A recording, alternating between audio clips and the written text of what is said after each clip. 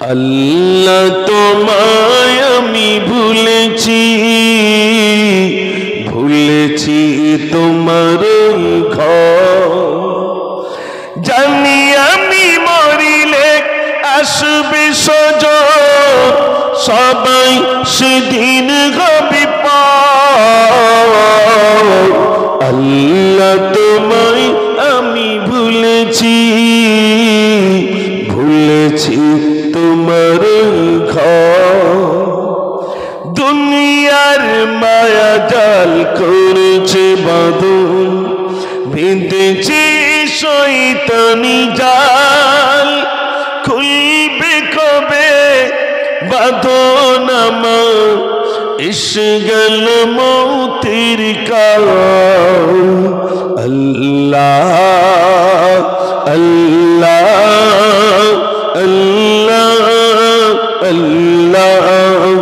দুনিয়ার মায়া জাল করেছে বাঁধন, বেঁধেছে শয়তানি জাল। খুলবে কবে বাঁধন আমার, এসে গেল মৌতের কাল। ভুল পথে কেন আমি হেঁটেছি, বিপদের মুখে আমি পড়েছি। জানি আমি মরিলে আসবে সজন, সবাই সেদিন হবে পার। আল্লাহ তোমায় আমি ভুলেছি, ভুলেছি তোমার ঘর। লিখেছিলাম তওবা করিলে হবে কি ক্ষমা, গুনাহে ডুবেছে জীবন। তুমি যদি ক্ষমা নাহি করো, বেঁচে থাকা পিতা হবে আমার জীবন।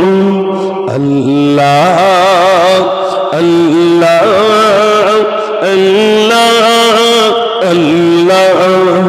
তওবা করিলে হবে কি ক্ষমা, গুনাহে ডুবেছে জীবন।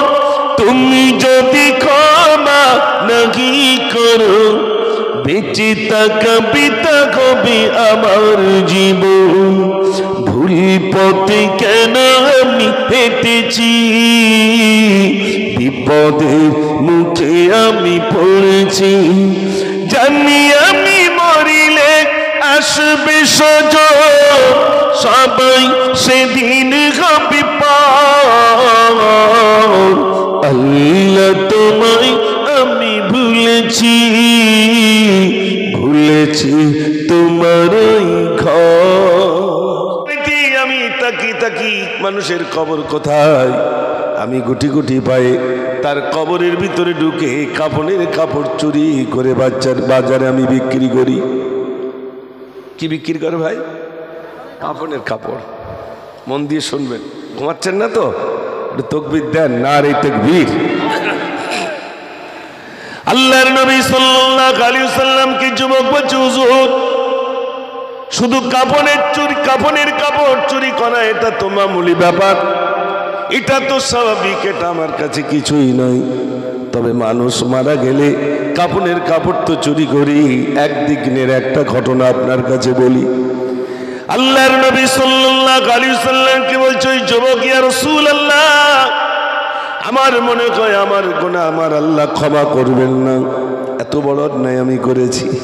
আল্লাহর নবী বললেন, যুবক বলো বলো তুমি কি অন্যায় করেছো? যুবক বলছি, ইয়া রাসূলুল্লাহ, আমার গ্রামে একটা মহিলা ছিল, চরম সুন্দরী, এত সুন্দর মহিলা খুব কম দেখা যায়। হঠাৎ করে দেখলাম ওই মহিলাটা মারা গেল।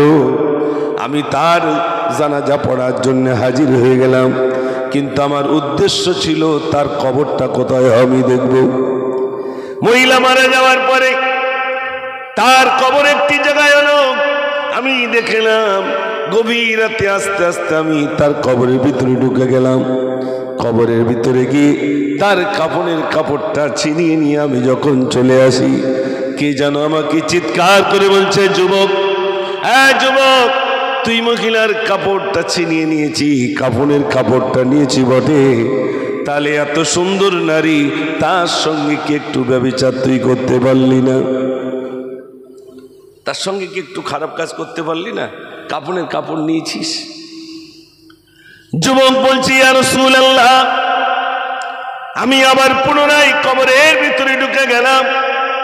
ওই মহিলার সঙ্গে আমি যখন অন্যায় কাজে লিপ্ত হয়ে গেলাম, আমি যখন চলে আসি, ওই মহিলা আমাকে হাত ধরে বলছে, যুবক দাঁড়া, আমি জীবনে আমার মুখমণ্ডল কোনো পুরুষকে আমি দেখাই নাই, কোনো পুরুষ আমার মুখমণ্ডল, আমার চেহারা দেখি নাই। আমার আব্বু আমি দুনিয়ায় হেফাজত করে রেখেছিলাম, তুই আমার কবরে কাফনের কাপড়টা ছিনিয়ে নিয়েছিস, আমার সঙ্গে তুই দুর্ব্যবহার করেছিস। কাল কিয়ামতের দিনে তোর বিরুদ্ধে আমি আল্লাহর কাছে আমি মামলা দায়ের করব। কার কাছে ভাই? আল্লাহর কাছে।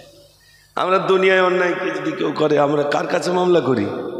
কোর্টে করি, থানায় করি, মেম্বারের কাছে করি না ভাই?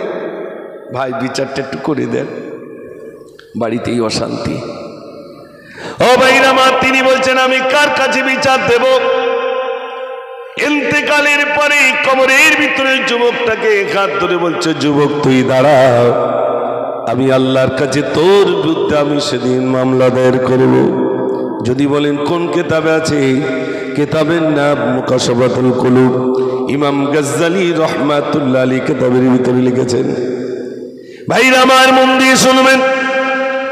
ওই যুবকটি আল্লাহর নবী সাল্লাল্লাহু আলাইহি ওয়াসাল্লামের কাছে বলছে, রাসূলুল্লাহ, আমার সব থেকে বড় কষ্ট হয় ওই নারীর সঙ্গে যখন আমি অন্যায় কাজ করলাম। ওই নারীটা আমাকে হাত ধরে বলছে, যুবক তুই দাঁড়িয়ে যা, কাল কিয়ামতের দিনে সময় যেদিন উঠবে আমি সেদিন তোর বিরুদ্ধে মামলা দায়ের করব। আর আল্লাহর বলবো, আল্লাহ এই সেই ব্যক্তি যে কাফন চুরি করে, এই সেই ব্যক্তি যে মৃত ব্যক্তির সঙ্গে জেনা করে। আল্লাহর নবী সাল্লাল্লাহু আলাইহি ওয়াসাল্লাম, যুবক তুই চলে যা, এ যুবক তুই চলে যা। এমন অন্যায় কি কোনো মানুষ করতে পারে? একটা মানুষই কবর থেকে তার কাফনের কাপড়টা চুরি করে নিতে পারে, তার সঙ্গে কি ব্যভিচার করতে পারে? তুই চলে যা, তুই চলে যা, তোর মতো যুবক আমার প্রয়োজন নাই। আমার উম্মতের ভিতরে এমন কি কোনো ব্যক্তি আছে যারা মৃত ব্যক্তির সঙ্গে জেনা ব্যভিচার করে? তুই চলে যা যুবক, তুই চলে যা। যুবক রাস্তায় গিয়ে কাঞ্চার বলছে, আল্লাহ নবী আমাকে তাড়িয়ে দিয়েছেন, বিতাড়িত করেছেন, মানে আমি জাহান্নামী ছাড়া আর অন্য কিছু হতে পারি না। তাই তো নাকি ভাই? আল্লাহ নবী তাড়িয়ে দিয়েছেন, চলে যা। ও সোনার ভাইরা আমার, নবী যদি অসন্তুষ্ট হয়ে যান, সমস্ত আমল বরবাদ হয়ে যাবে। আজও পর্যন্ত যারা মদিনায় হজ পাকে যান, হজ পাকে যাওয়ার আগে সাবধান করে দেওয়া হয়, হজ পাকে যাচ্ছ যেন মদিনায় কি কোনো বেয়াদবি না হয়ে যায়। এয়ারপোর্ট থেকে কলকাতা, এয়ারপোর্ট থেকে গাজী সাহেবদের যিনি লিডার, ওখান কবরের ভিতরে তানার কাছে বই দিয়ে দেওয়া হয়, মদিনায় গিয়ে যেন কোনো বেয়াদবি না হয়ে যায়, আল্লাহ নবীর শানে যেন কোনো বেয়াদবি না হয়। যদি বেয়াদবি হয়ে যায় সমস্ত আমলগুলো বরবাদ হয়ে যাবে। তাই তো নাকি ভাই? রাসূলের শানে কোনো বেয়াদবি চলবে না। ও সোনার ভাইরা, যুবক কাঁদছে আল্লাহর কাছে, আল্লাহর নবী আমাকে তাড়িয়ে দিয়েছেন, রাসূল আমাকে তাড়িয়ে দিয়েছেন, মানে আমি জাহান্নামী ছাড়া আর অন্য কিছু হব না। যুবক কাঁদছে আল্লাহর কাছে, আল্লাহ তুমি আমাকে ক্ষমা করো, আল্লাহ তুমি যদি ক্ষমা না করো, আল্লাহ আমি বরবাদ হয়ে যাব। আজ থেকে আল্লাহ তোমার কোনো জিনিস, দুনিয়ার কোনো জিনিস আর আমি খাবো না। আমার জীবনতে ভাবে ইন্তেকাল হয়ে যাক, আল্লাহ আমি আর কিছুই খাবো না, আমি তো জাহান্নামী হয়ে যাচ্ছি, আল্লাহ আমি আর কিছুই খাবো না। আল্লাহ যতক্ষণ তুমি ক্ষমা না করবে ততক্ষণ পর্যন্ত দুনিয়ার এক লোকমা আমার গালে আমি দেব না, কিচ্ছু দেব না।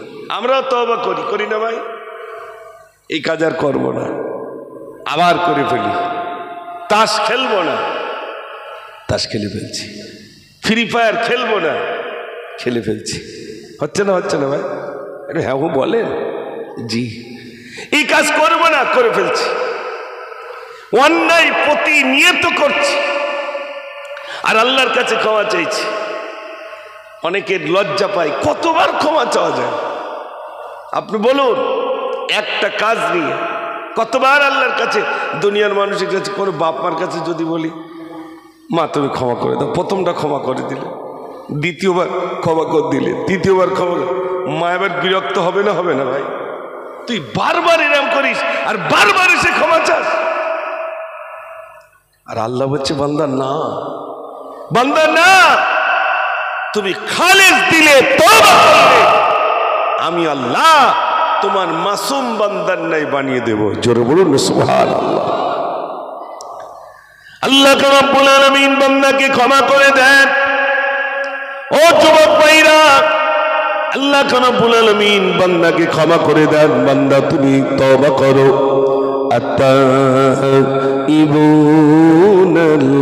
আবিদুন, বান্দা তুমি তওবা করো, আমি আল্লাহ তোমার তওবাকে আমি কবুল করে নেব। বান্দা তুমি কাঁদো। ও সোনার ভাইরা আমার, এই যুবক আল্লাহর কাছে ক্রন্দন করে, আল্লাহ আমি আর জীবনে এমন কাজ করব না। আল্লাহ তওবা এমন তওবা করলো, আল্লাহ তোমার পৃথিবীর কোনো একটি জিনিস আমার জবানে আমি দেব না। একদিন পার হয়ে গেল, দ্বিতীয় দিন পার হয়ে গেল, তৃতীয় দিন পার হয়ে গেল, বান্দা ছটফট করে। দুনিয়ার কেউ না দেখতে পেলেও আমার আল্লাহ দেখতে পায় না। জোরে বলেন। বান্দা খাচ্ছে না, বাড়িতে ছেলে মেয়ে না ভাত খেলে বাপ মা জামার কাছে ফোন করে, খোকা তুমি একটু এসো, তোমার শালাবাবু মনে রাগ করে রয়েছে, একদিন দুদিন ভাত খাচ্ছে না, কোথায় পড়ে রয়েছে। বাপ একটু নরম হয় না ভাই? বাপ মা নরম হয়ে যায়। সন্তানকে একটু তুমি বোঝাও, তুমি একটু বুঝিয়ে বাড়ির দিকে আনো। অথচ অন্যায় ছেলে করেছে না বাপ করেছে? ভাই ছেলে করেছে, আর নত হচ্ছে কে? বাপ। ডেকে নিয়ে এসে, বাপ ও ভুল করেছে, ওকে একটু বোঝাও, ও ভাত খেয়ে নি। বাপের সামান্য দয়া। আল্লাহ রাব্বুল আলামিন বলেন, বান্দা রে আমি কিঞ্চিত পরিমাণ দয়া দিয়েছি। আমি হলাম আর-রাহমানু আল্লামাল কুরআন খালাকাল ইনসানা আল্লামাহুল বায়ান। জোরে বলুন সুবহানাল্লাহ। আল্লাহ বলছেন আর-রাহমান, আমি গোলাম দয়াবান। আল্লামাল কুরআন, আমি পাঠালাম কোরআন। জোরে বলুন সুবহানাল্লাহ। আমি শেখালাম কোরআন। এই যে আজ আমরা এখানে যারা উপস্থিত হয়েছে, আল্লাহ কত দয়াবান, আল্লাহ কত দয়াবান। আল্লাহ বান্দার দিকে তাকিয়ে থাকে। ও সোনার ভাইরা আমার, আল্লাহর একজন বান্দা শুধু সনম সনম সনম করছে, একবার বলে ফেলেছে সমাদ। আল্লাহ বললেন লব্বাইকা আব্দি। ফারিস্তারা বলেন আল্লাহ 80 বছর ধরে সনম সনম করলো, একবার সমাদ বললে তুমি সাড়া দিয়ে দিলে।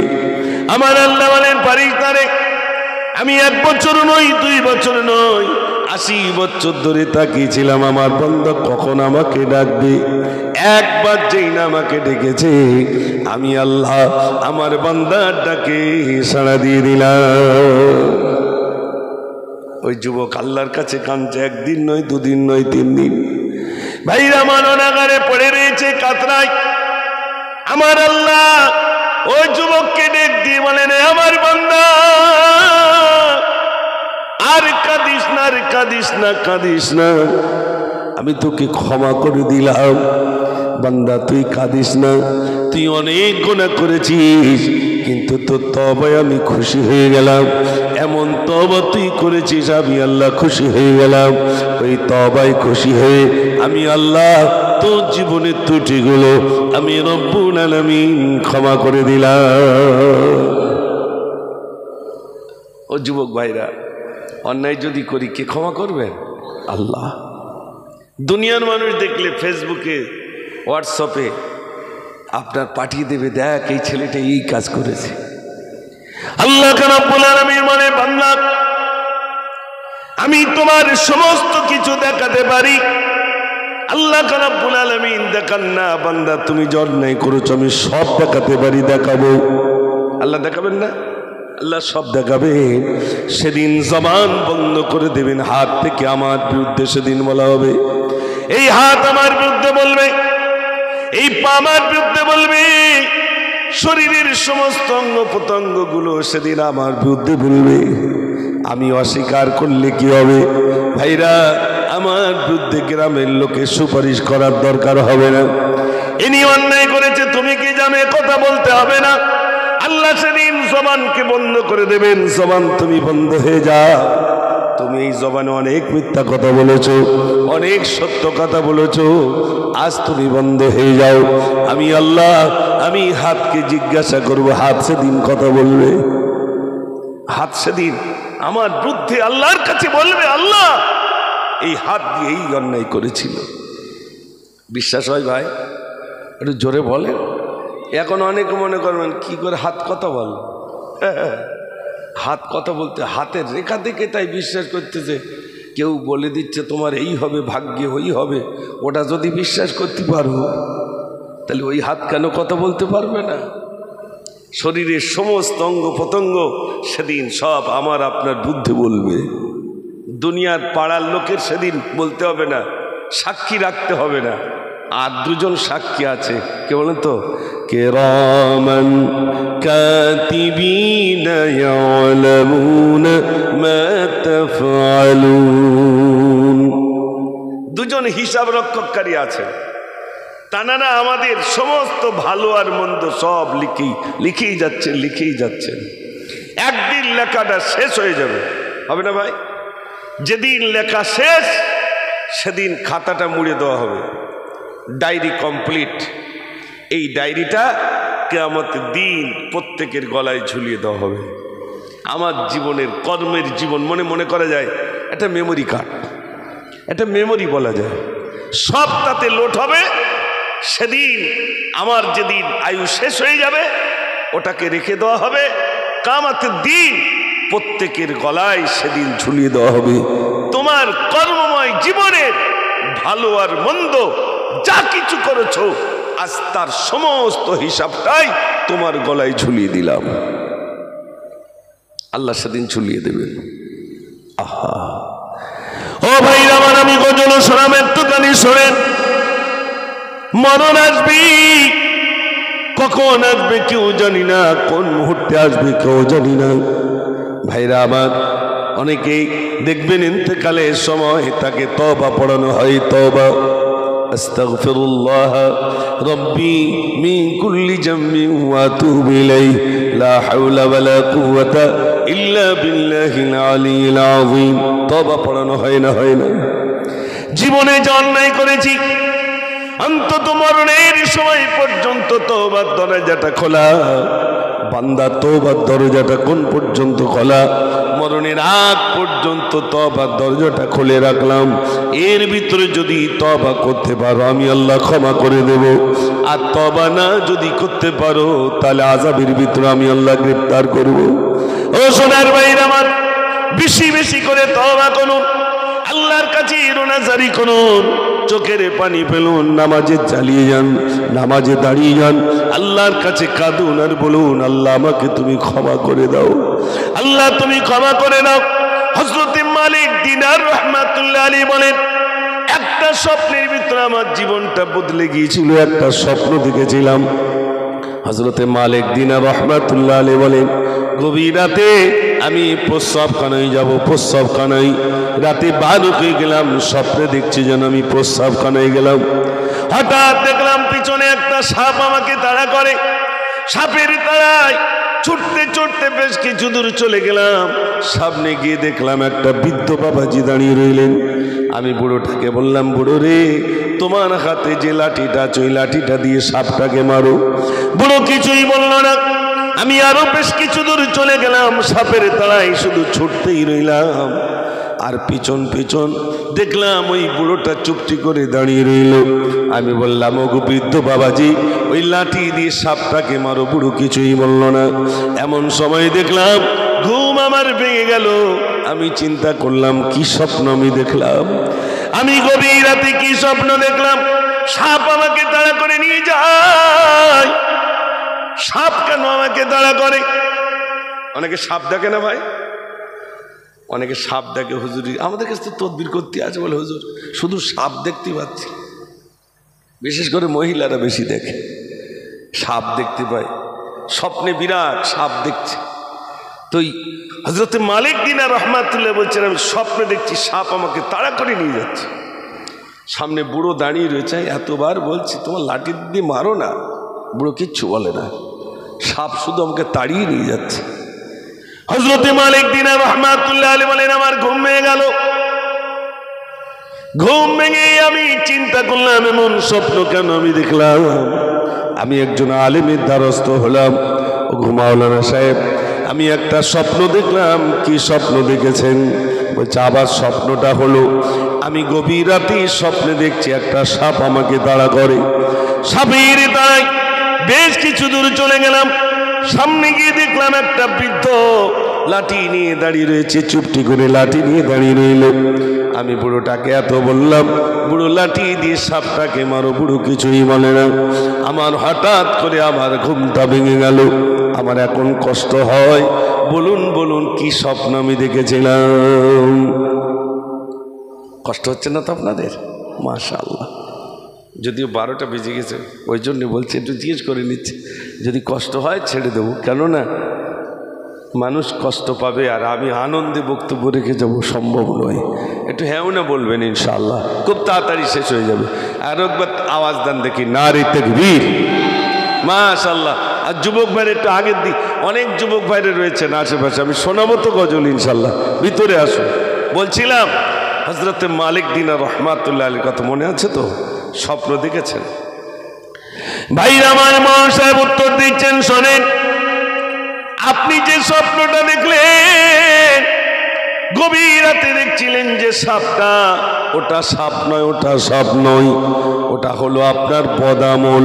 জীবনে অনেক অন্যায় করেছে, যে অন্যায়টা এখন সাপের মতো আকার ধারণ করেছে। কি হয়েছে ভাই? অন্যায় যা করেছি সেটা এখন কি রূপ নিয়েছে? সাপ। যত যা অন্যায় করেছি, কুকর্ম করেছি, সেটা সাপ হয়েছে। আর সামনে গিয়ে দেখছেন একটা বুড়ো দাঁড়িয়ে রইল। ওটা বুড়ো নয়, ওটা বুড়ো নয়, ওটা আপনার ভালো আমল। ভালো আমলটা কেজো হয়ে গেছে, দুর্বল হয়ে গেছে। আর বদ আমলটা সাপের মতো আকার ধারণ করেছে। হযরত মালিক দিনার রহমাতুল্লাহ আলাইহি বলেন, কি স্বপ্ন দেখলাম? যে স্বপ্নের তাবির হলো সাপটা আমার বদ আমল সাপের মতো আকার ধারণ করেছে, আর ভালো আমলটা বুড়ো হয়ে গেছে, যার যেমন চলার ক্ষমতা নাই। হযরত মালিক দিনার রহমাতুল্লাহ আলাইহি তওবা করতে শুরু করলেন, আল্লাহ আমি ভুল করেছি, আল্লাহ তুমি আমাকে ক্ষমা করে দাও, আল্লাহ তুমি ক্ষমা করে দাও। আল্লাহর কাছে রোনাজারি করতে শুরু করলেন, তওবা করতে শুরু করলেন, কাঁদতে শুরু করলেন। আল্লাহর নৈকট্য লাভের আশায় তিনি নামাজে দাঁড়িয়ে গেলেন। তওবা করতে করতে, আল্লাহর বান্দেগি করতে করতে দেখা গেল তিনি জবরদস্ত একজন আল্লাহর ওলি বেনে গেলেন। একটু জোরে বলুন না সুবহানাল্লাহ। নিরাশ হলে হবে না, নিরাশ হলে হবে না। বেশক আল্লাহ ক্ষমা করে দেবেন, যা অন্যায় করেছে আল্লাহ ক্ষমা করে দেবেন। লা তাকনাতু মির রাহমাতিল্লাহ। বান্দা নিরাশ হোস না আমার রহমত থেকে। ও ভাইরা, আল্লাহ রাব্বুল আলামিন তাকিয়ে থাকে, বান্দা ক্ষমা চাইলে আমি ক্ষমা করে দেব। প্রথম আসমানে এসে বলেন, আল্লাহ রাব্বুল আলামিন প্রথম আসমানে আসেন। বান্দার দিকে তাকিয়ে বলেন, কে আছো আমার বান্দা, কে আছো তওবা করি, তওবা করো, আমি আল্লাহ ক্ষমা করে দেব। আল্লাহ প্রথম আসমানে বান্দার দিকে তাকিয়ে বলেন, আমার বান্দা বান্দি কে আছো, তুমি গুনাহ করেছো, আমার কাছে তওবা করো, আমি আল্লাহ তোমার অতীতের ত্রুটি আমি রব্বুল আলামিন ক্ষমা করে দেব। এমন দয়াবান আর কেউ নাই, এই সুযোগ আর মিলবে না। ও ভাইরা আমার, যেই না আমি মারা যাব, তওবার দরজা বন্ধ হয়ে যাবে, আর তওবা করা যাবে না, সমস্ত আমলের দরজাটা বন্ধ হয়ে যাবে, কোনো আর কিছুই করা যাবে না, আর নামাজ পড়া যাবে না, রোজা রাখা যাবে না, দান খয়রাত করা যাবে না, সব দরজা বন্ধ হয়ে গেল। আমি আপনি মারা যাব, মারা যাওয়ার আর যদি মারা যায়, এখনই যদি মারা যায়, কিছুক্ষণ পরে মসজিদ এলানো হয়ে যাবে, অমুকের ছেলে অমুক ইন্তেকাল হয়ে গেছে। গাঁয়ের কিছু মানুষ এক জায়গায় বলবে জানাজাটা কখন করা যায়, কেউ বলবে 10টা, কেউ বলবে 12টা, কেউ বলবে 2টো। সব কুটুমগুলোর একটু খবর দাও, তাড়াতাড়ি করে কিন্তু জানাজার নামাজ শুরু হয়ে যাবে। ও সোনার ভাইরা, আত্মীয় স্বজন তারা ফোন করে বলবে কিভাবে মারা গেছে, কিভাবে মারা গেছে। বলবে এই ভাত খাচ্ছিল, অমুক জায়গায় মিলাদ শুনতে গিয়েছিল, বাড়িতে এসে একটু বলছিল পেট ব্যথা করছে, বেচার নাই, বসিরহাট যাওয়ার মতো সময় আর পাই নাই, হসপিটালে নিয়ে যাওয়ার মতো সময় দেয়নি। বলে না ভাই, একটু যে ডাক্তার দেখাবো সে সময়টুকু দেয়নি, সঙ্গে সঙ্গে মারা গেছে। ও ভাইরা, কখন ডাক আসবে কেউ জানি না, কেউ জানি না, কেউ জানি না। ফাইদা জা আজালুহুম লা ইস্তাখিরুনা সাআতাও ওয়ালা ইস্তাকদিমুন। এক সেকেন্ড আগে নয়, এক সেকেন্ড পরে নয়, ঠিক নির্বাচিত সময় তার মৃত্যু হয়ে যাবে। হসপিটালে 1 সপ্তাহ ধরে কাতরাবে, মরণ হবে না, যেহেতু তার সময় হয় নাই। 1 সপ্তাহ কাতরাচ্ছে, মরণ নাই, ঠিক সময় হয়ে যাবে, মৃত্যু হয়ে যাবে। ও সোনার ভাইরা আমার, তার জন্য প্রস্তুতি নেন। এই বিরাট প্যান্ডেল, এত কিছু বিরাট টাকা খরচা করে যদি এখান থেকে কিছু না নিয়ে যেতে পারি, সব বরবাদ হয়ে যাবে। সোনার ভাইরা আমার, আমি মুজাফফর, আমি একদিন মারা যাব, মরণ কাউকে ছাড়েনি আর ছাড়বে না। ছেড়েছে ভাই? আমার মতো কত মুজাফফর এরকম নসিহত করত, আপনাদের মতো কত মানুষ এরকম চটে বসে নসিহত শুনতেন, তারা আর নাই। কত বক্তা চলে গেল, কত শ্রোতা চলে গেল, মুজাফফরকেও যাওয়া লাগবে রে, আয় নাই। আজ নয় কাল একদিন ডাক আসবে, ডাক আসবে, চলে যাওয়া লাগবে। এই 50 বছর 60 বছর আল্লাহ হায়াত দিয়েছিলেন। ও সোনার ভাইরা, এখানে জানা আছেন, একটুখানি আমার সঙ্গে আপনার কথা বলবেন। 50 বছর কষ্ট পেতে চান না অনন্তকাল কষ্ট পেতে চান, কোনটা আপনারা চান একটু বলুন? সবাই চাই 50 বছরের কষ্টটাই পেয়ে যায়, কিন্তু একটু মনে করে ভাবুন তো, সবাই 50 বছরের আরাম চাচ্ছে, তাই তো নাকি? 50 বছরই 60 বছরের আরাম চাইছে, অনন্তকালটা শেষ হয়ে যাচ্ছে।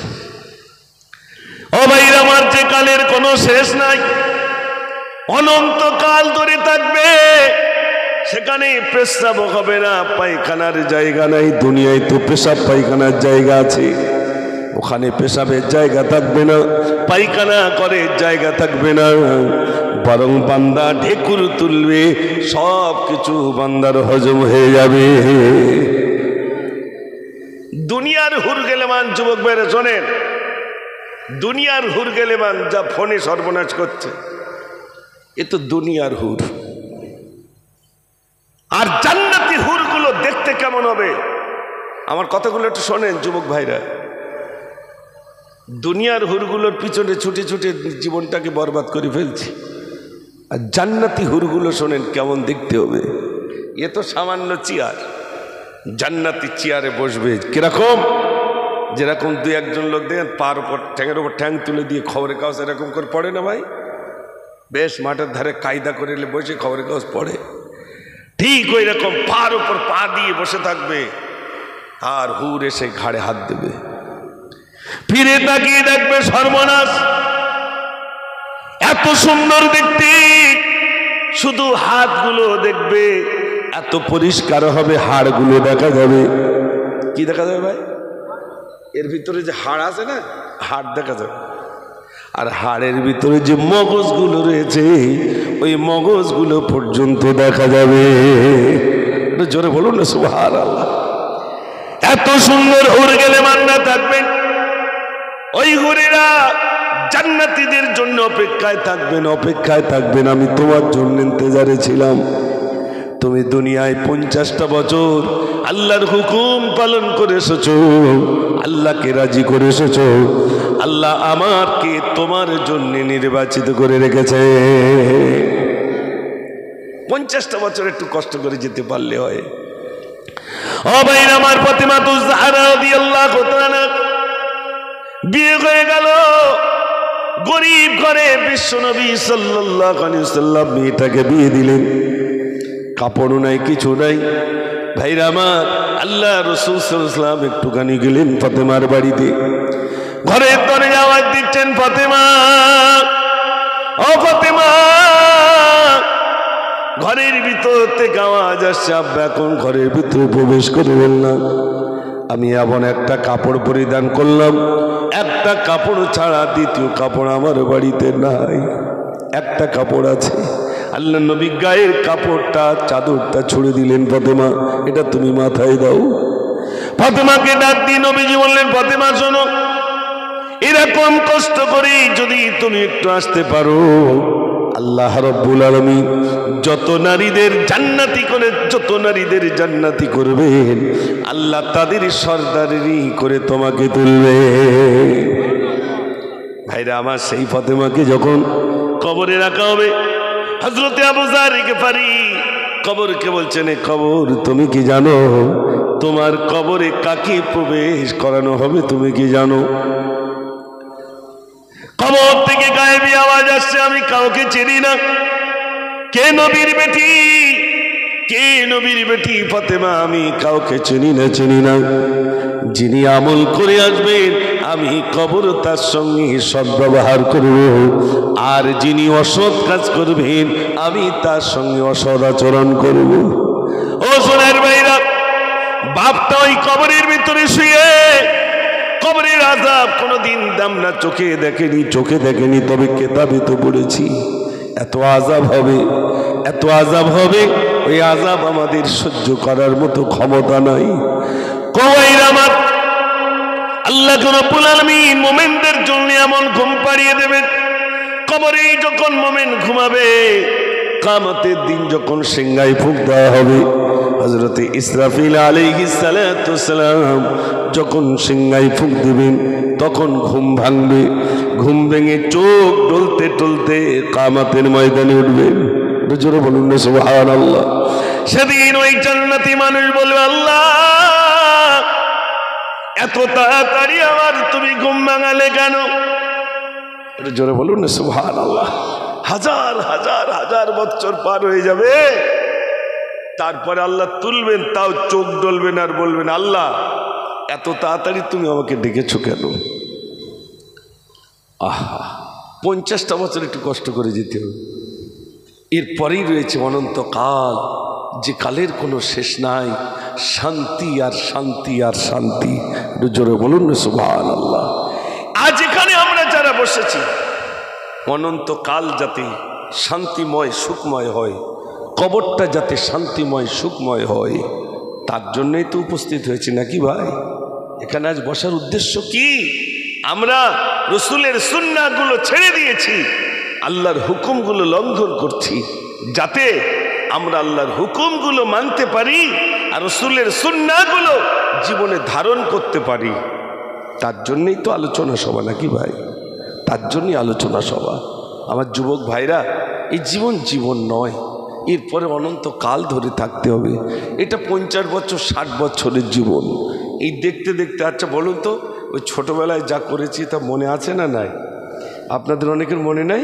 এই ফুটবল মাঠে খেলা করেছেন, সে মনে হচ্ছে যেন সেই দিন, ঠিক কিনা ভাই? কদিন হয়েছে, দাড়ি চুল পেয়ে গেছে, এর মধ্যে নানা হয়ে গেলাম। চার দোকানে বসে বসে চিন্তা, ভাই নানা হয়ে গেছি, দাদা হয়ে গেছি, সবার কোনোটা বাকি নেই।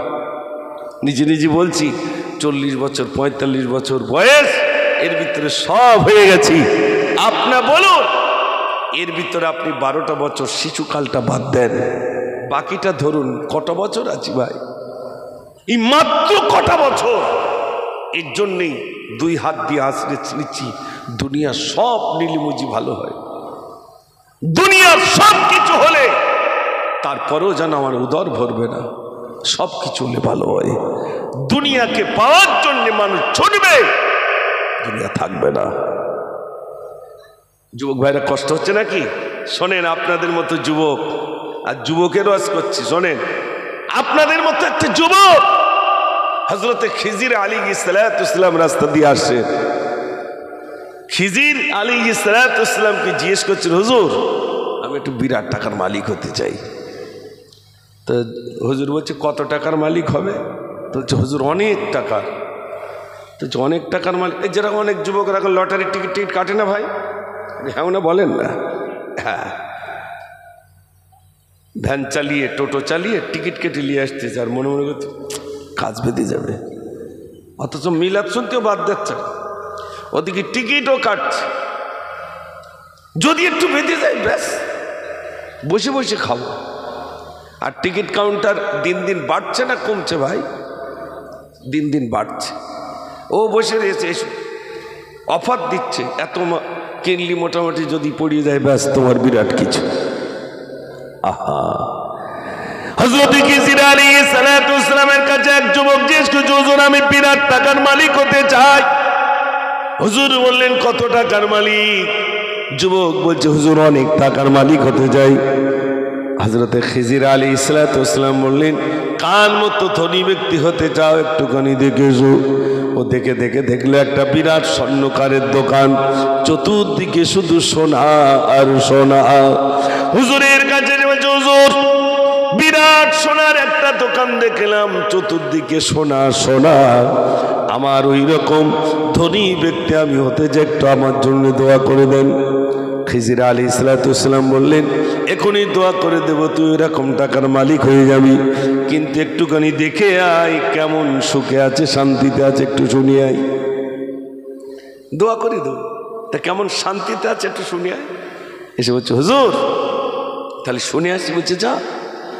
স্বর্ণকারের দোকানে এসেছে ভাই, চতুর্দিকে তো আপনার সোনার সোনা, প্রচুর লেবার বসে রয়েছে, মুদিখানার দোকানের মতো আপনার সোনা বিক্রি হচ্ছে, বিরাট টাকার মালিক আপনি, আপনি কেমন সুখে আছেন আমাকে একটু বর্ণনা করবেন। ঘুমাচ্ছেন না তো? মাশাআল্লাহ। ভাইরা আমার এবার বলছেন, কেমন সুখে আছে একটুখানি বর্ণনা করেন।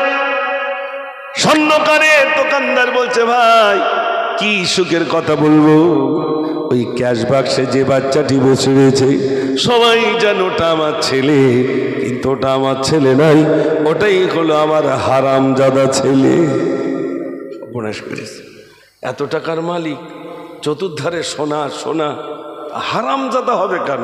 বলছে, ভাই আমি খুব কষ্টে আছি। আচ্ছা, এত টাকার মালিক তারপরে কষ্টে থাকে? আপনি দেখবেন বিরাট টাকার মালিক, 500 গ্রাম না 250 গ্রাম একটু গোশের 2 পিস দেবেন, বলে ভাই খাবো না, ডাক্তার মানা করেছে, গোশ খাওয়া যাবে না। তারপরে একটু রসগোল্লা দেবেন, বলে ভাই সুগার ধরা পড়িস।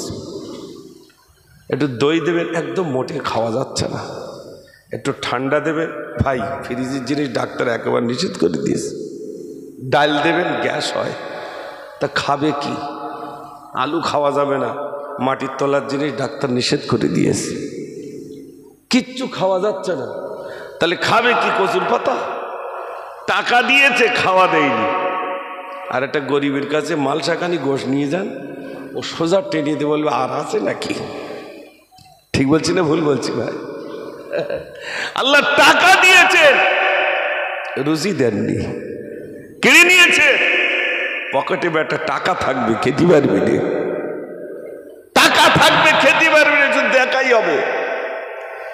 আর গরিব, না সুগার না কিছু। আপনার দেখবেন ওই জিডি রোডে যারা ছোটাছুটি করে সব গরিব লোক তো নাকি? না বলে না, সব গরিব মানুষ, তাই তো?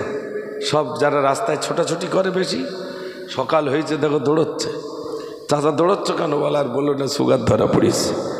ডাক্তার শুধু বলে দিয়েছে তোমার সুগার ধরা পড়েছে, মানে শরীর থেকে ঘাম বার করতে হবে। ওটা আমল করছে না ভাই? কোনো দিন এমন কোনো দিন নেই যেদিন ছোটে না, সুগার কমাতেই হবে। আর আল্লাহ বলেছে বান্দা আমার হুকুম পালন করো, নামাজ পড়ো। ওটার বেলা মনে নি চাচা, ঠিক বলছি না ভুল বলছি? সুগার ধরা পড়েছে তাই প্রত্যেক দিন ছুটছি, ওটা আমল করেছি। সুগার ধরা পড়েছে তাই মিষ্টি খাইনি, ওটা আমল করেছি। আর আল্লাহর হুকুম পাঁচখানা নামাজ আদায় করো, ওটা আমি লঙ্ঘন করলাম। ঠিক বলছি না ভুল বলছি ভাই? মাঠটা কি আসতে হবে বলে মনে হয় না। ও সোনার ভাইরা আমার শোনেন, হযরত খিজির আলাইহিস সালাম বললেন, যুবক কেমন সুখে আছে একটুখানি শুনে আয়। সুখের কথা শুনতে যে বলছে, আমার বাড়ি আমার এই দোকানে যে লেবারটা রয়েছে ওটা আমার ছেলে নয়, বরং ওটাই হলো আমার হারামজাদা ছেলে। সর্বনাশ, কি করে হারামজাদা হলো? আমি শোনাবো। স্পিস করতিস তো, একটা গজল না বলিলি সব মনে হচ্ছে ঘুম পেয়ে যাচ্ছে। দেখে একটু তকবীর দেন সবাই মিলে, নারী তকবীর। কই যুবক ভাইরা আওয়াজ হলো না? সবাই মিলে দেন নারী তকবীর। কান্দি জয়নাব কান্দি কুলসুম কান্দি সাকিনা, কান্দি জয়নাব কান্দি কুলসুম কান্দি সাকিনা, খালি দুলি দুলি ফিরে এলো হুসাইন এলো না। কান্দি জয়নাব কান্দি কুলসুম কান্দি সাকিনা, কান্দি জয়নাব কান্দি কুলসুম কান্দি সাকিনা, খালি দুলি দুলি ফিরে এলো হুসাইন এলো না। কান্দি জয়নাব কান্দি কুলসুম কান্দি সাকিনা। নারী তাকবীর। মাশাআল্লাহ মাশাআল্লাহ। যুবক ভাইরা, রাত যদিও বেশি হয়নি, ইনশাল্লাহ একটার ভিতর ইতি হয়ে যাবে। আর আধা ঘন্টা মতো কষ্ট দেবো। কষ্ট হচ্ছে না তো আপনাদের? মাশাআল্লাহ। যুবকরা আমার ওখানে গিয়েছিল, গিয়ে একটা প্রথম ডেট করলো, তারপরে সেটা হলো না, মনে হয় পাশেই জলসা ছিল।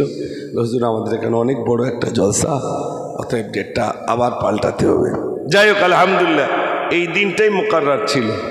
আমি সেবার শুনছিলাম যে তোমাদের শিশু কমিটির নাম কি? শিশু কমিটি। মাশাআল্লাহ, সব ছোট ছোট বাচ্চারা জলসা দিয়েছে, আর এতগুলো মানুষ আমরা উপস্থিত হয়েছে, আলহামদুলিল্লাহ। আমি তো ভাবতে পারিনি। একটু শোনেন ভাইরা, টাকার জন্য তো প্রত্যেক দিন ছোটাছুটি করছি। আপনারা বলুন, টাকা চান না শান্তি চান? একটু জোরে বলে। মুজাফফরও কিন্তু শান্তি চায়, সবাই চায় শান্তি, কিন্তু শান্তি কি অত সহজে পাওয়া যায়? শান্তি কোথায় পাওয়া যায়? কোন দোকানে পাওয়া যায়? কোথায় গেলে শান্তি পাবেন? শান্তিতে এমনটা নয়, ওই দেখবেন লরির পিছনে, ইঞ্জিন ভ্যানের পিছনে, টোটোর পিছনে কত কথা লেখা থাকে না ভাই? একটা লরির পিছনে লেখা আছে, সুখ স্বপ্নে শান্তি শ্মশানে। আচ্ছা, কবি ঠিক লিখেছে বলে মনে হয়? সুখ স্বপ্নে শান্তি শ্মশানে। আচ্ছা, উনি যেহেতু হিন্দু ভাই বলে লিখেছেন শান্তি শ্মশানে, আমরা যদি বলি শান্তি কবরে, সত্যি কি শান্তি কবরে আছে? আছে। দুনিয়ায় ভালো কাজ করলে বেশক শান্তি আছে। শান্তি নেই কেন? বেশক শান্তি আছে। কবির কথা একেবারে খারাপ নয়। সুখ স্বপ্নে, স্বপ্নে সুখ নাই। কোন স্বপ্নে সুখ? যদি তিনি মোমেন হন। আল্লাহ রাসূল সাল্লাল্লাহু আলাইহি সাল্লামের তিনি যে স্বপ্নটা দেখেছেন, এটা স্বপ্ন নয়, বরং সেটাই ছিল তার ওহী। একটু জোরে বলুন সুবহানাল্লাহ। আমরাও স্বপ্ন দেখি, স্বপ্ন ভালো হয় না? হয় না? স্বপ্ন অনেক ভালো হয়। এই স্বপ্নের ভিতরে সুখ নেই কেন? কবি এটাও লিখেছেন, সুখ স্বপ্নে মোমেনদের জন্যে, যিনি স্বপ্ন দেখেছেন আমার রাসূল সাল্লাল্লাহু আলাইহি ওয়াসাল্লামের জিয়ারাত নসিব হয়েছে। এটা সুখ না, এটা আনন্দ, এটা সুখ না অশান্তি ভাই? এটা সুখ।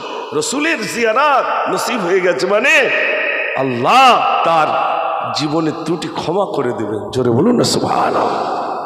রাসূলের দিদার কি অত সহজ? অত সহজ?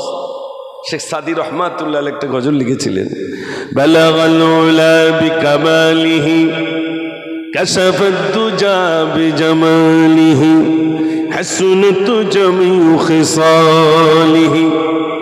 তিন লাইন লিখলেন, আর মনে আসে না, আর মনে আসে না।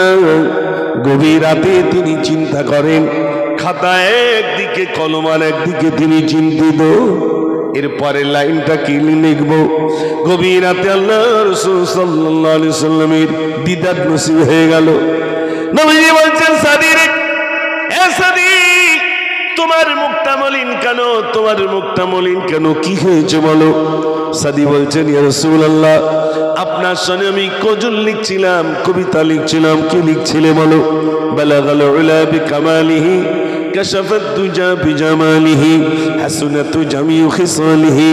আল্লাহ রাসূল বললেন, এরপরে তুমি লিখে দাও সাল্লু আলাইহি ওয়া আলিহি। এটা জোরে বলুন না সুবহানাল্লাহ। একই মানে কবিতায় গজলে দিদার নসিব হয়ে গেছে। আমরা কিয়ামে যখন গজল বলি না, নবীজির আব্বা আব্দুল্লাহ, নবীজির আম্মা আমিনা, নবীজির দুধমা হালিমা, নবীজির রওজা মদিনা, এ বলি না, বলি না, এটাও একটা গজল। তো রসুলের শানে সেই রকমই বলেছেন, তো দিদার নসিব হয়ে গেছে। একটু জোরে বলুন না সুবহানাল্লাহ। আচ্ছা দাঁড়া, হচ্ছে সব করে দাও।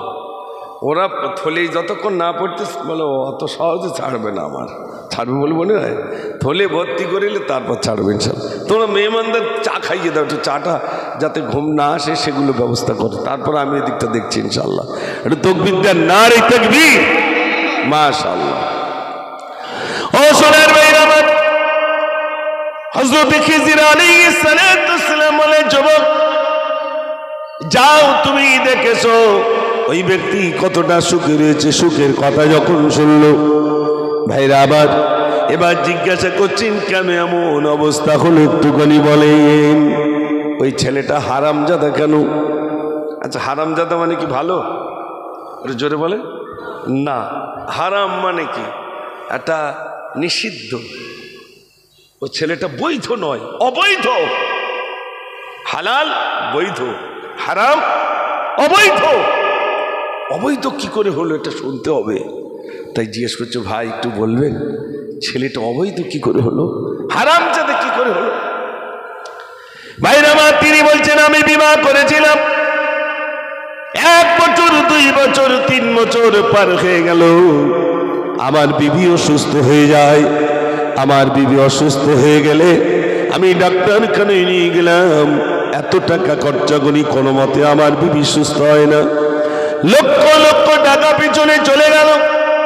এমন সময় ডাক্তাররা সব একত্রিত হয়ে বললেন, এই মহিলা বেঁচে যাবে। একত্রিত হয়ে বললেন, বাঁচার মতো তো পজিশন আমরা কিছুই খুঁজে পাই না, আমাদের কিছুই আর করার নাই, বাড়িতে নিয়ে যান, যা খেতে তাই দেন, আর আমাদের কিছু করার নাই। তবে আমি বলতে পারি 1 সপ্তাহের বেশি হয়তো বাঁচবে না, তোমরা বাড়িতে নিয়ে যাও। আমার বিবিকে আমরা বাড়িতে আনলাম, আমার বিবির কানে উঠে গেল 1 সপ্তাহের বেশি আমি বাঁচবো না। আমার বিবি প্রতিদিন রাত্রে আমাকে গলা জড়িয়ে ধরে কাঁদের, বলে, স্বামী গো আমি মারা যাব, তুমি নিশ্চয়ই আবার অন্যত্র বিয়ে করবে। স্বামী বলে, বিবি না, আমি বিয়ে করবো না। বলছে, কত পুরুষকে দেখলাম তাদের স্ত্রীরা ইন্তেকালের পরে তাড়াতাড়ি করে পুরুষরা বিয়ে করে নেয়। বলছে, না বিবি, আমি কথা দিলাম আমি বিবাহ করবো না। বলছে, আমি তো দেখে চমক পাড়ায় অমুক লোক, তার বিবি ইন্তেকাল হয়ে গেছে, তার স্বামী বিয়ে করে নিয়েছে। ও আমার স্বামী, আমি মারা যাব, নিশ্চয়ই তুমি অন্যত্র বিয়ে করবে, আমার থেকে সুন্দরী নারী পাবে, আমাকে ভুলে যাবে। এটা হয় না? হয় না? স্বাভাবিক হয়। খুব কাঁদছে। আমার বিবিকে এত বোঝাই, বিবি বোঝে না, বারে বারে শুধু বলে স্বামী না তুমি অন্যত্র বিয়ে করবে। ও ভাই আমার, ওই স্বর্ণকারের দোকানদার তিনি বলছেন আমার বিবিকে আমি এত বোঝাই, বিবি বোঝে না, শুধু বলে তুমি বিয়ে করবে। আর মাত্র 3 দিন বাকি রইল, গোটা রাত আমার গলা জড়িয়ে ধরে কাঞ্জার বলছে স্বামী গো আমি মারা যাব, আমাকে বাঁশবাগানে তুমি রেখে আসবে আর তুমি আবার অন্যত্র বিয়ে করবে। স্বামী বলছে বিবি আমি আর কথা দিচ্ছি বিয়ে করব না। বিবি বুঝতে পারে না, বিবি শুধু বলছে না তুমি বিবাহ করবে। বিবিকে তো বোঝাতে হবে, কি দিয়ে বোঝাবে? বলছে মানে আমি কি করলাম, আমার নিজের গুপ্তাঙ্গটা কেটে বিবির সামনে দেখালাম। বিবি আমি আর জীবনে বিয়ে করবো না, জীবনে বিয়ে করবো না। বিবি বলছেন স্বামী তুমি এমন কেন করলে? বলছে তোমাকে আমি কি দিয়ে বোঝাবো, তা আমি এমন কাজটা করে ফেললাম। বিবি কাঁদছে ডুকরে ডুকরে। এদিকে ডাক্তার দেখানো হলো, যদিও সুস্থ হয়ে গেল, ডাক্তার দেখানোর পরে সুস্থ হলো। বিবির সবাই দিয়েছিল বেশি দিন বাঁচবে না। এবার আপনার বলুন মারনেওয়ালাকে আর বাঁচানেওয়ালাকে? আল্লাহ বলছেন বান্দা আমি যদি বাঁচিয়ে রাখি দুনিয়ার কেউ মারতে পারে না। জোরে বলুন না সুবহানাল্লাহ। ভাইরা আমার, তিনি বলছেন আমার বিবি সুস্থ হয়ে গেল। ডাক্তাররা বলেছিল তোমার বিবি মারা যাবে, কিন্তু আমার বিবি তো সুস্থ হয়ে গেল। সুস্থ হওয়ার পরে তার তো একটা যৌবন খোদা আছে, যেহেতু সে যুবতী আর আমি ছিলাম যুবক, কিন্তু আমি তো শেষ হয়ে গেলাম।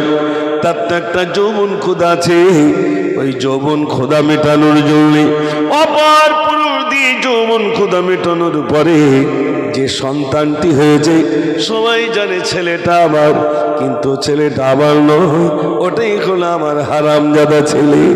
চতুর্দিকে সোনা দেখতে পাও বটে, কিন্তু আমি সুখী নাই, ছেলেটাই হলো আমার হারামজাদা। খবর নিয়ে দেখবেন বিরাট টাকার মালিক, মেয়েটা কথা শোনে না, বউটা কথা শোনে না। ঠিক বলছি না ভুল বলছি? মেয়েটা মেয়ের মতো চলে, বউটা পর মতো যায়। আর সমাজের দিকে দেখেন, বাজারে লুঙ্গি কেনেন, শাড়ি কেনেন, চুড়ি কেনেন, যাই কেনেন, একটা বাইক কিনতে যাবে তাও গিন্নির পিছনে করলে যায় চলো রং পছন্দ করবা। বাইক কিনবে তাও রং পছন্দ করবে কে? না তো বাড়ি উঠতে দেবে না।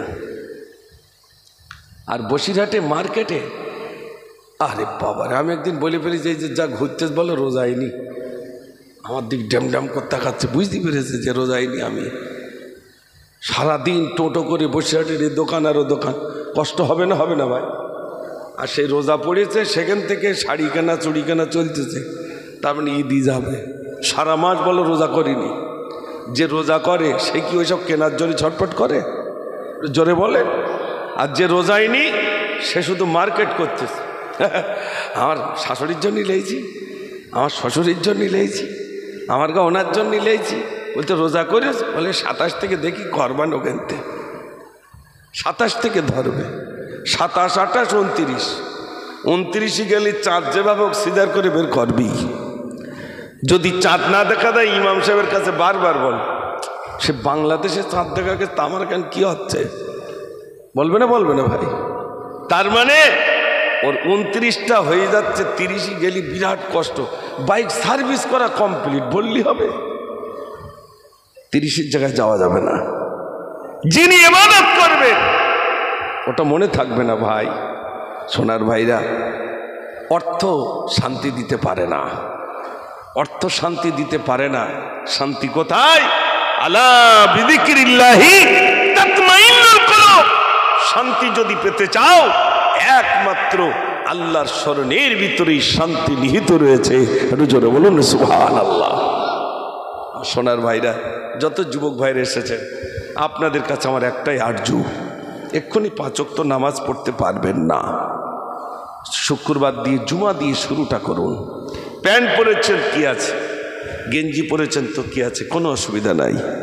চুল আপনার ভিন্ন ডিজাইন তো কি আছে, কিচ্ছু নাই, অসুবিধা নাই। আপনি মসজিদের সঙ্গে সম্পর্ক রাখুন। আমার একটা গজল ছিল, আল্লাহ তোমায় আমি ভুলেছি, ভুলেছি তোমার ঘর। জানি আমি মরিলে আসবে সজন, সবাই সেদিন হবে পার। আল্লাহ তোমায় আমি ভুলেছি, ভুলেছি তোমার ঘর। দুনিয়ার মায়া জাল করেছে বাঁধন, বেঁধেছে শয়তানি জাল। খুলবে কবে বাঁধন আমার, এসে গেল মৌতের কাল। আল্লাহ আল্লাহ আল্লাহ আল্লাহ। দুনিয়ার মায়া জাল করেছে বাঁধন, বেঁধেছে শয়তানি জাল। খুলবে কবে বাঁধন আমার, এসে গেল মৌতের কাল। ভুল পথে কেন আমি হেঁটেছি, বিপদের মুখে আমি পড়েছি। জানি আমি মরিলে আসবে সজন, সবাই সেদিন হবে পার। আল্লাহ তোমায় আমি ভুলেছি, ভুলেছি তোমার ঘর। লিখেছিলাম তওবা করিলে হবে কি ক্ষমা, গুনাহে ডুবেছে জীবন।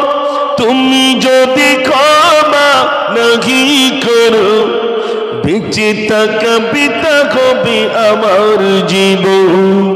আল্লাহ আল্লাহ আল্লাহ আল্লাহ।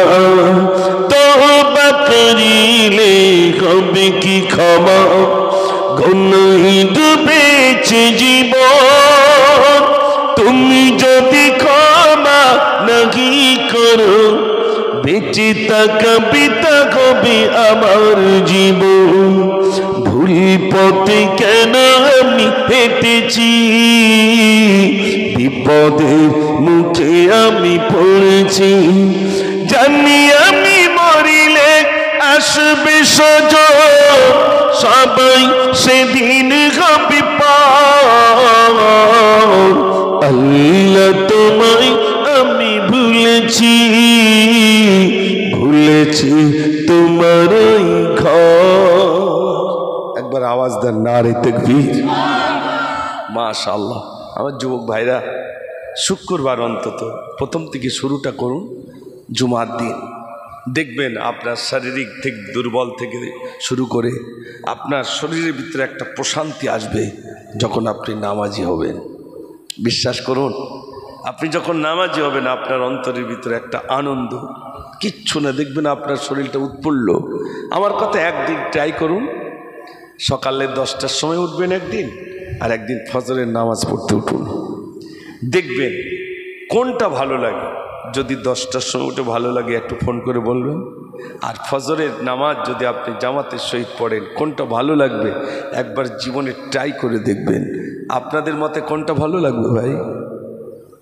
জোরে বলেন। ফজরের নামাজ যেটা পড়বেন আপনার শরীরের ভিতরে আনন্দ তৃপ্তি আসবে। আলহামদুলিল্লাহ। এই জন্যে এতক্ষণ যে আলোচনা ছিল, আমাদের বদ আমলটা যেন সাপের মতো না হয়, আর ভালো আমলটা যেন বুড়োর মতো না হয়, বরং আমাদের ভালো আমলটা হবে জোয়ানের মতো। যুবক, বদ আমলটা হতে পারে সেটা একেবারে বুড়োর মতো। এটা যদি হয় তাহলে আলহামদুলিল্লাহ। আল্লাহ পাক যেন আমাদের সুমতি দান করেন। সবাই বলুন আমিন।